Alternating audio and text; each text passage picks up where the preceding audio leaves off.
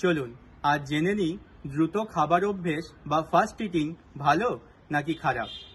আমাদের স্টমাক থেকে গ্রেনিল নামে একটি হরমোন তৈরি হয়, আর গ্রেনিল হরমোনটি আমাদের ব্রেনকে বলে আমরা ক্ষুধার্ত। আর ঠিক একই রকমভাবে লেপটিন নামে একটি হরমোন তৈরি হয় ফ্যাট সেল থেকে, আর এই লেপটিন হরমোনটি খাবার সময় আমাদের ব্রেনকে বলে আমাদের পেট ভরে গেছে। এই লেপটিন হরমোনটি একটু স্লো টাইপের।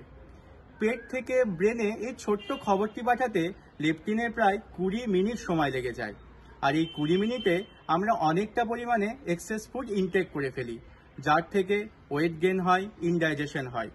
তাই সময় নিয়ে ধীরে ধীরে খাবার খাওয়া অভ্যেস করুন।